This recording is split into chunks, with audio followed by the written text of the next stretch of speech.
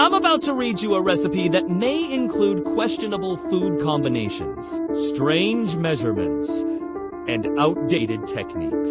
This is how we did things back then, and we're going back to the 1930s, so get out your gingham aprons and your enamelware plates because we about to cook up some historical culinary nostalgia. Welcome to our time capsule. Today we are whipping up a forgotten family favorite from the Great Depression era, none other than Hoover stew. Now, before we dive into the recipe, let me set the scene so you can really understand why this hearty concoction became a Depression-era staple. Picture this! The year is 1932. You've got families lined up outside soup kitchens, the aroma of something cooking hanging heavy in the air. These aren't just any kitchens. They're church basements, relief halls, even makeshift tents. The Great Depression has tightened its grip and people are struggling. Food lines are a common sight and empty stomachs are a harsh reality for many. Soup kitchens sprung up to offer a warm meal to those in need, becoming a lifeline during these hard times. And what's on the menu? Well, often the main ingredient was whatever was donated, creating a sort of culinary patchwork quilt. In the heart of this struggle emerged a dish named after President Herbert Hoover, the man many blamed for the economic collapse, Hoover stew. But don't let the name fool you. This wasn't a gourmet creation. It wasn't even a pretty dish. It was a hodgepodge of ingredients thrown together to fill empty bellies. That's right. This humble stew wasn't about fancy flavors or elegant presentation. It was about sustenance. It was about getting some food into people who hadn't eaten in days. The recipe itself was as simple as it was filling. Think macaroni, canned tomatoes and hot dogs, maybe some beans if you were lucky. The beauty of it, or perhaps its curse, depending on how you look at it, was its flexibility. If you had macaroni and canned tomatoes, you could make Hoover stew. Didn't have beans or hot dogs. No worries. Use what you've got. This made it an ideal dish for soup kitchens and home cooks alike. With limited resources, you could create a large pot of stew that could feed dozens of people, stretching every ingredient to its limit. Now, while the recipe might seem basic to the point of blandness, remember the context. In the hard times of the 1930s, people weren't just battling hunger, they were battling despair. A hot meal meant more than just nourishment. It meant hope. It meant that tomorrow might bring better rations, a better day.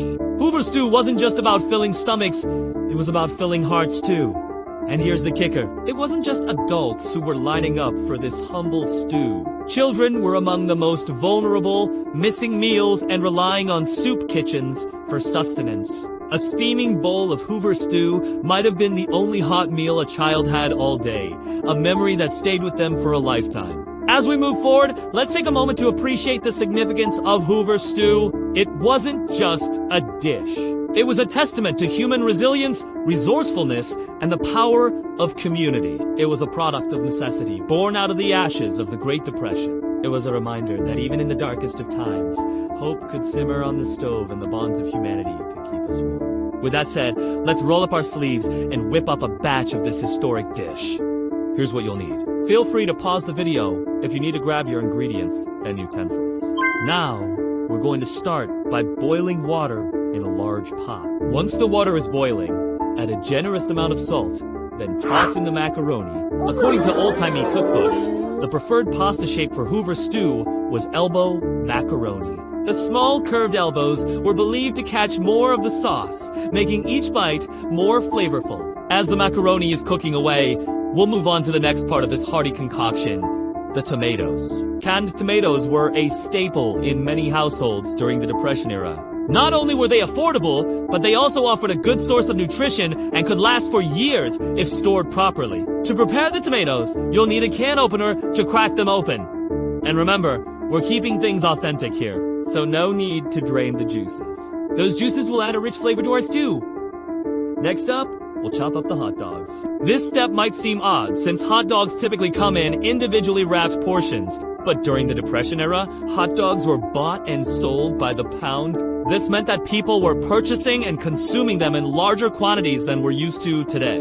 When chopping the hot dogs, try to cut them into small pieces so they cook evenly and blend well with the other ingredients. If you're feeling adventurous or have additional ingredients on hand, feel free to dice some onions, carrots, or celery. While the veggies are optional, they do add a depth of flavor that elevates the stew. To ensure this dish stays true to its Depression-era roots, we'll cook everything in one large pot.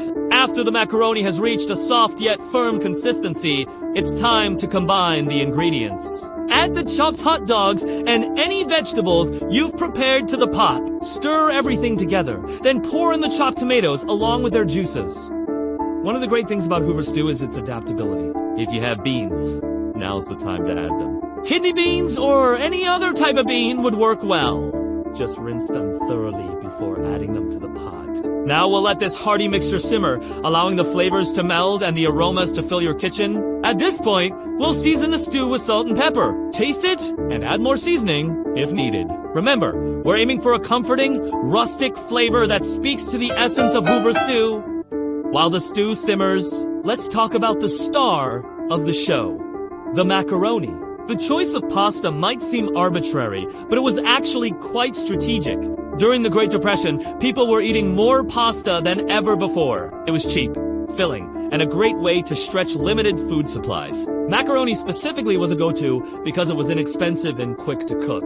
Its small, curved elbows were favored because they could hold on to the sauce better than other shapes. This ensured that every bite was flavorful and satisfying. The fact that macaroni was a common pantry staple also made it accessible to most families. Even if you couldn't afford a variety of ingredients for your stew, you probably had some macaroni tucked away.